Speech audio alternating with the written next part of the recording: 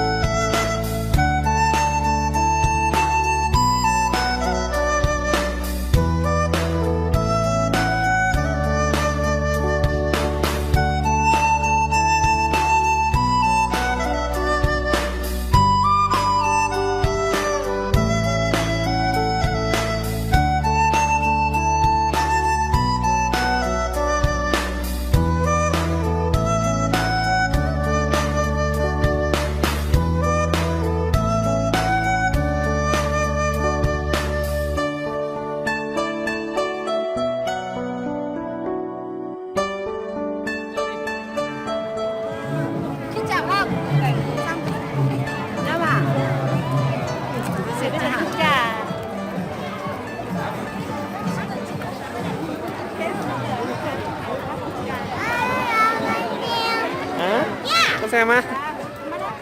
Thư nha. Bà bảo thư đấy, đi xem. Cái này là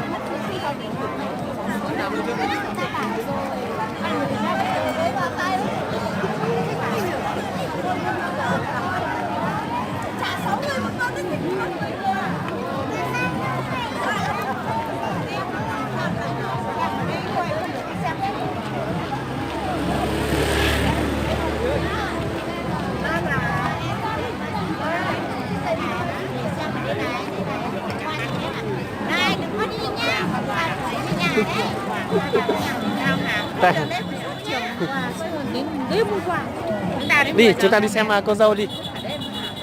Nào.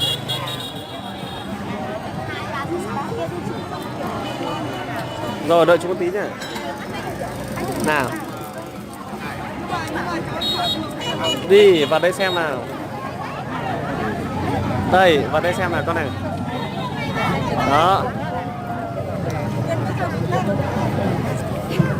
Bế cho con xem cô dâu. Thấy chưa? Biết, thấy chưa? Hả? này đi xem cô dâu đây. Thấy rồi à?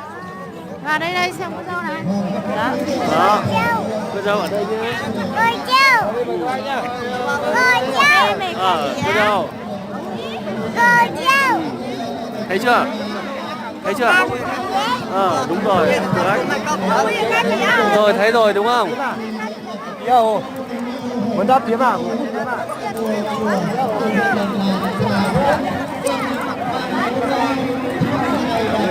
Đây.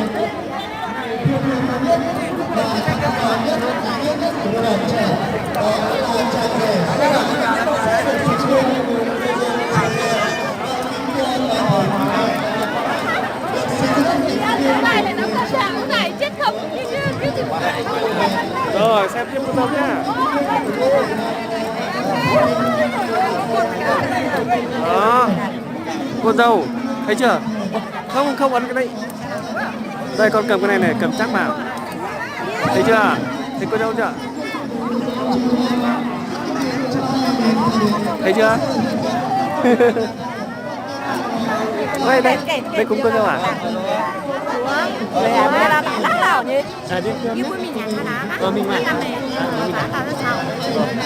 Mày không biết làm sao nào nhỉ? Nhà cô cái chơi sinh năm rồi. Cô có chơi sinh năm. Nó bây giờ tất cả các nhà thế nào? Nó nhà cái đâu? Đúng đó.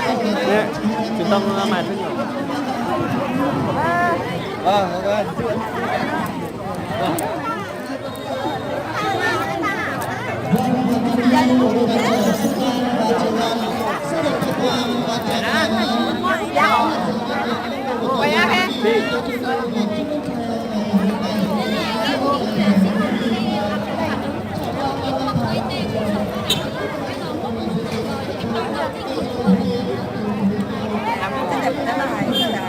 Ok.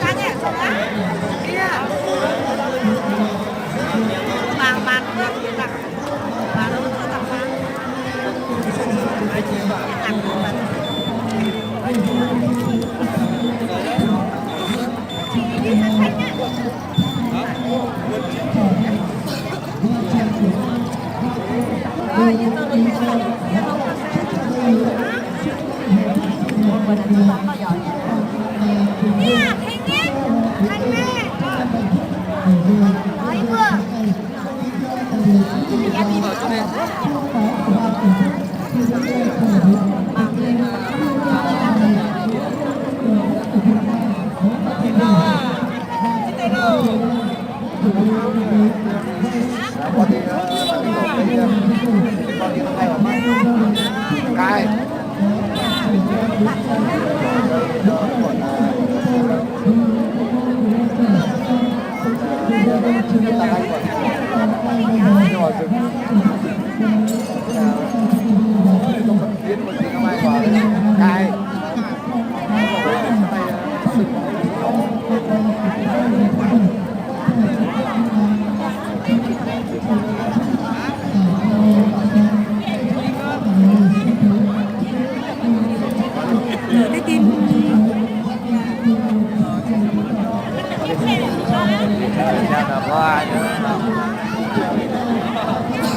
làm ăn cho đàng hoàng nhá. Con này đẹp trai hơn không? Đây, tuyệt vời đấy.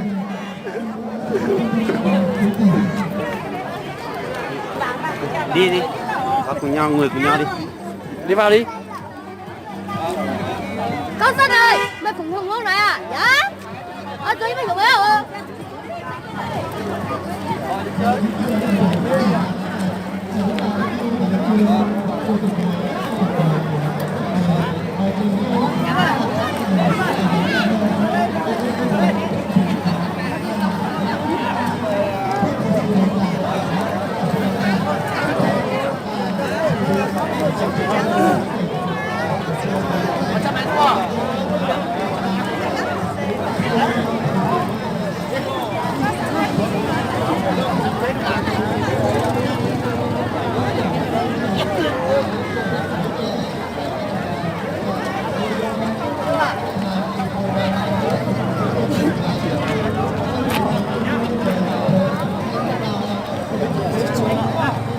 Để bạn đưa.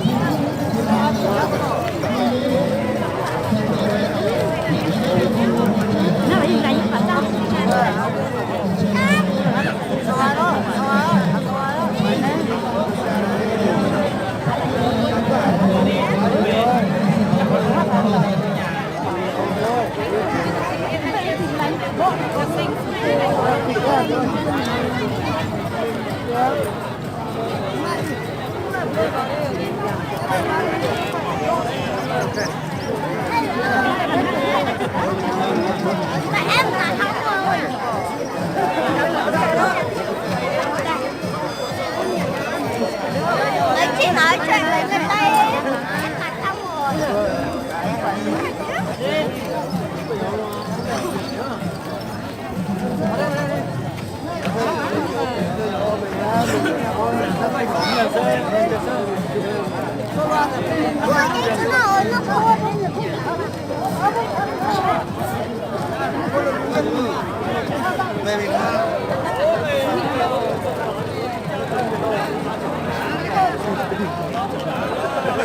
Đi vào đây.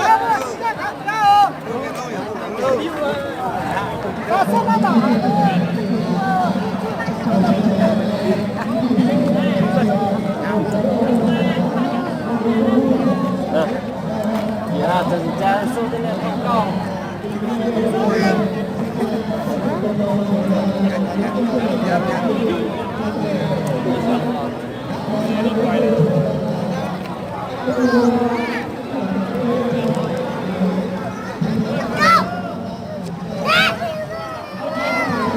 nha na na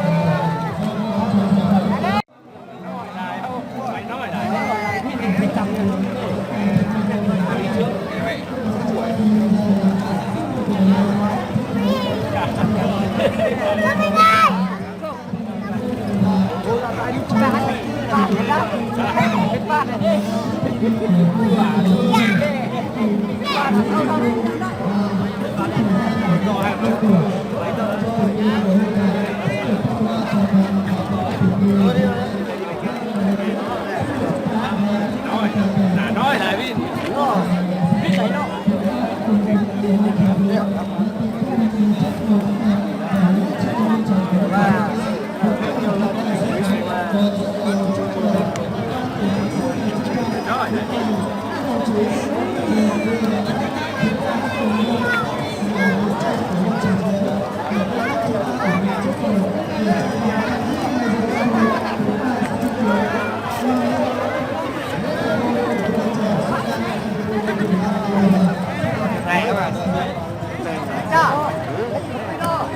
ơi mấy mà nói đó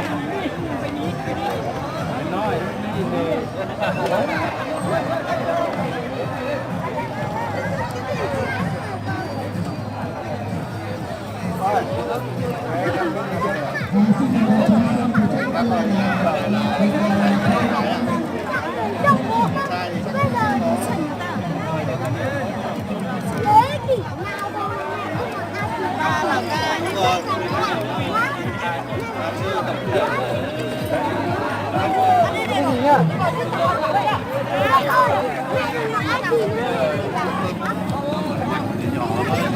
đúng rồi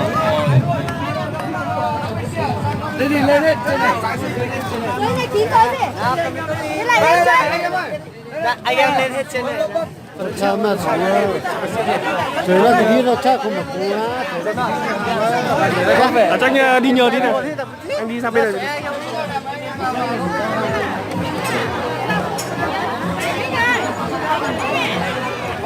subscribe cho kênh Ghiền Mì Gõ để không bỏ lỡ những video hấp dẫn.